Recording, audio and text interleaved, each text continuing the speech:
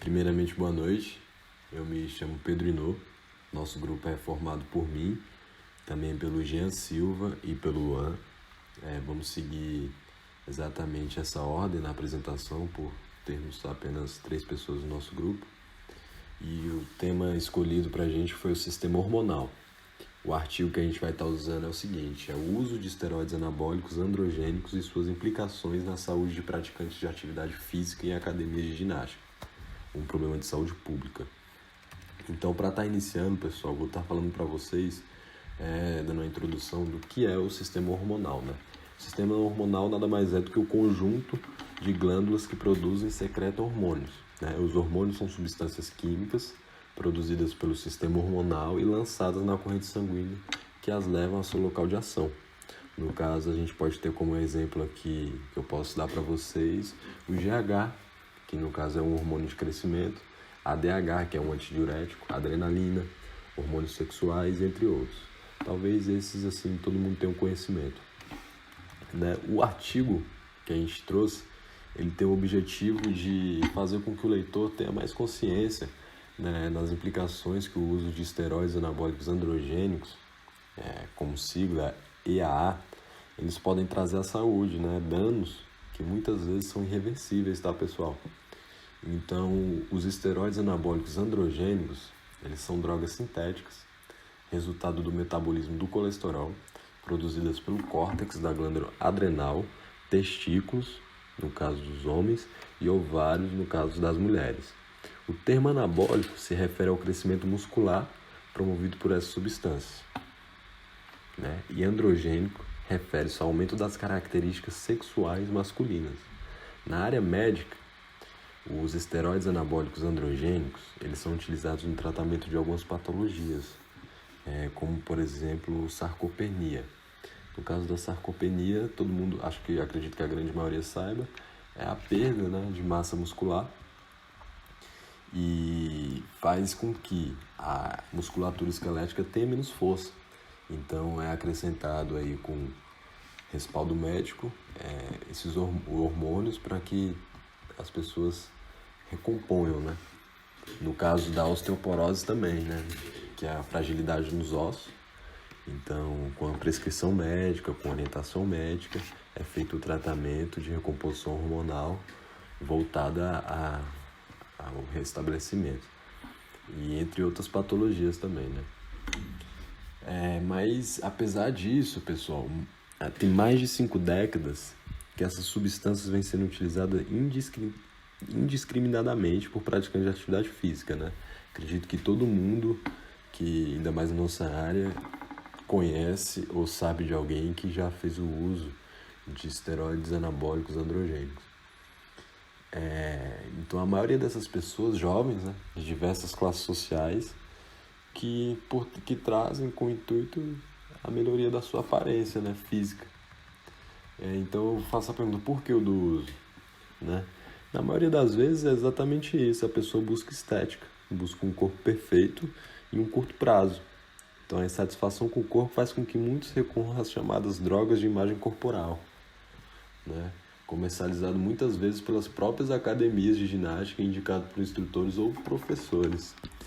Tem um estudo que estima que de 8 a 55% dos praticantes de musculação utilizem ou já utilizaram essas drogas, né? Então, assim, é um número muito alarmante.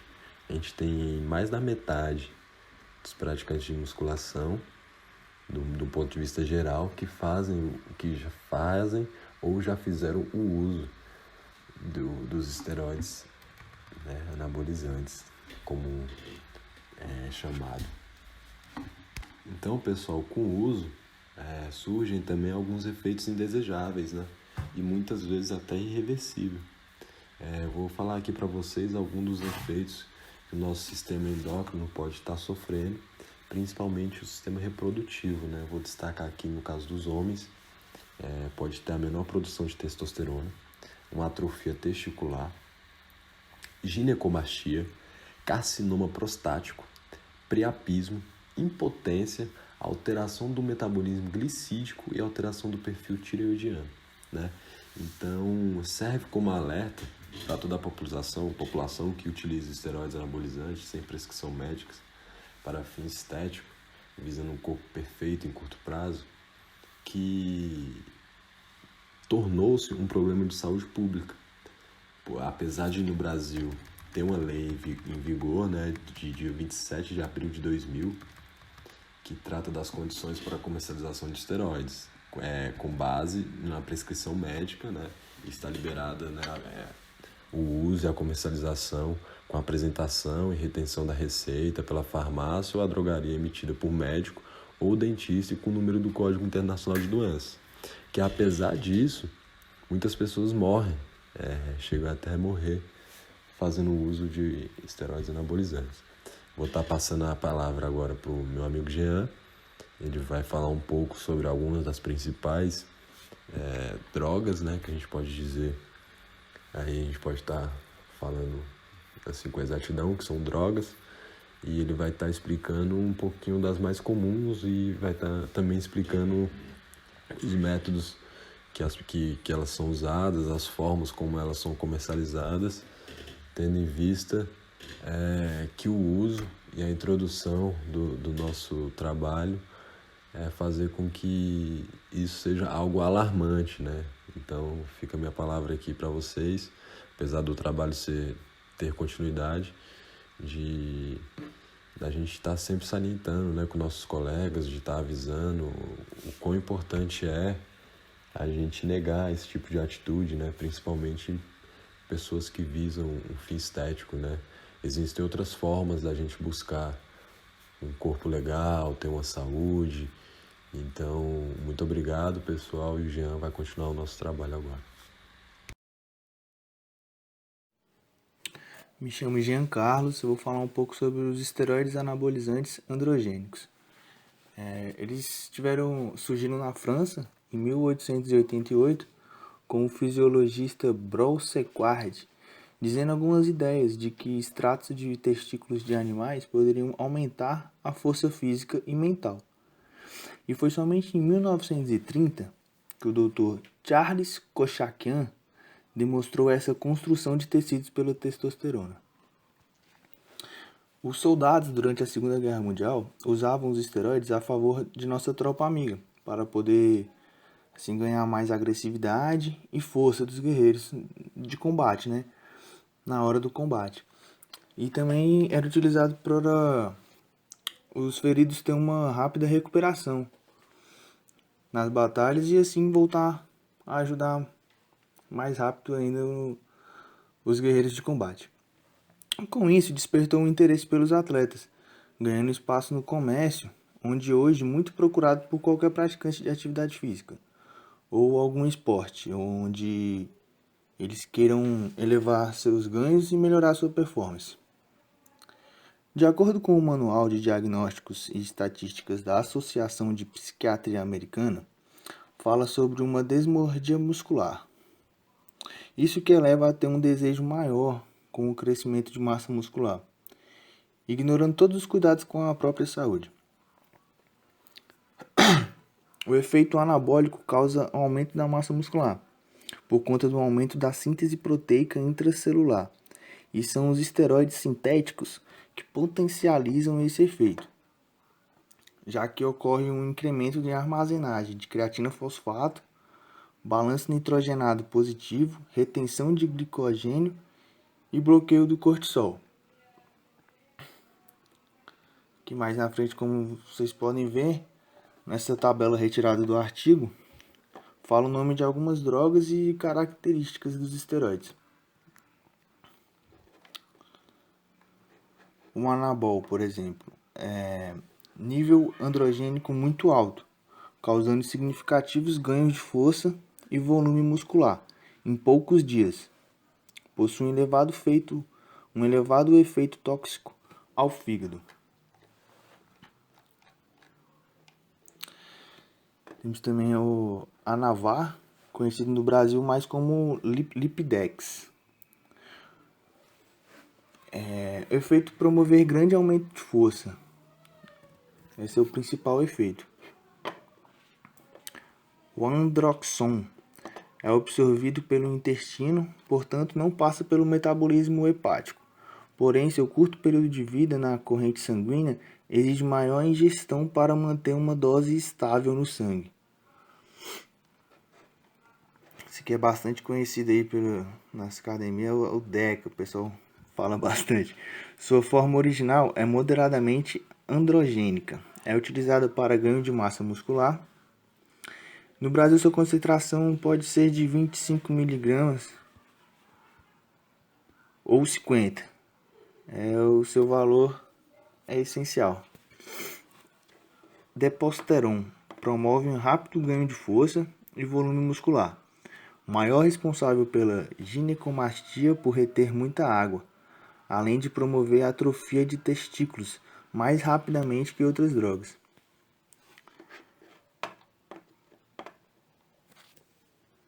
Na tabela também fala, aqui na direita, fala a via de administração. Se é oral, se é aplicado. O hemogenin, oxidometona, tolona. Esteroide oral mais poderoso. É o oral mais poderoso, ocasiona rápido ganho de força e volume muscular. Apresenta alta toxicidade ao fígado e os efeitos colaterais mais pronunciados. Por ser o mais poderoso, né? Testoviron. Enantato de testosterona. A ação prolongada no organismo. Efeito lento, porém duradouro. Seu efeito é similar ao promovido pelo cipionato de testosterona, como menor retenção hídrica. Esse próximo aqui, o Primobolan, produz densidade muscular em dieta para perda de gordura e líquido subcutâneo. Esteroide favorito entre as mulheres, devido à sua facilidade em metabolizar gordura.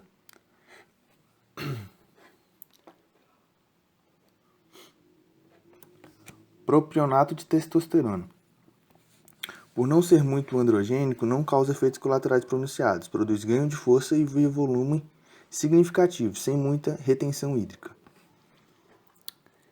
Esse aqui é bastante também utilizado entre as mulheres. Equipoise. Uma droga de uso veterinário, vem sendo utilizado há muitos anos por usuários em busca de aumento de força e volume. Tóxica ao fígado, porém com baixo nível de efeitos colaterais imediatos. Primeiramente, boa noite, pessoal. Meu nome é Luan. Eu vou estar dando sequência à apresentação do nosso trabalho, seguindo o que o Pedro iniciou sobre alguns dos efeitos colaterais, sobre os esteroides anabólicos androgênicos, mais conhecidos como PAA, que o Jean apresentou, e que estão presentes no nosso artigo. No artigo que a gente buscou, eu estarei falando quão prejudicial para a sociedade pode ser o uso deles. Quais são os principais efeitos colaterais que o uso deles pode acarretar para a nossa vida e por que não devemos adotar o uso dessas substâncias ao invés de nos dedicarmos mais aos nossos treinos e a uma dieta saudável, assim mantendo a nossa saúde. Tendo em vista também que esses efeitos nem sempre são imediatos, mas a maioria das vezes eles podem demorar até alguns anos para aparecer, ou algumas vezes pode produzir uma célula cancerígena ou aflorar algum problema genético que o indivíduo já possa ter. Eu vou abrir aqui a tabela que contém no nosso artigo com os possíveis efeitos colaterais do uso desses EAA. Podem ter efeitos dermatológicos, como acne e estrias. Acho que todo mundo já conhece, né? Podem ter efeitos músculo-esqueléticos, como o fechamento prematuro das epífises. O fechamento prematuro das epífises nada mais é do que o déficit de crescimento. Geralmente um ser humano normal para de crescer entre os 15 e 20 anos. Mas com o uso dessas substâncias pode ser que isso ocorra antes. Pode também aumentar o risco de lesões músculo-tendíneas, que podem ser feridas, necroses, contusão e rupturas. Pode também ter efeitos endócrinos, como a ginecomastia e alterações na libido. A ginecomastia é o crescimento de mamas de tamanho fora do normal em homens. Podem também ter efeito geniturinário no sexo masculino, a diminuição do número de espermatozoides e a atrofia testicular. No sexo feminino, tem irregularidades menstruais e a masculinização e hipertrofia do clitóris. Também há alguns efeitos muito perigosos.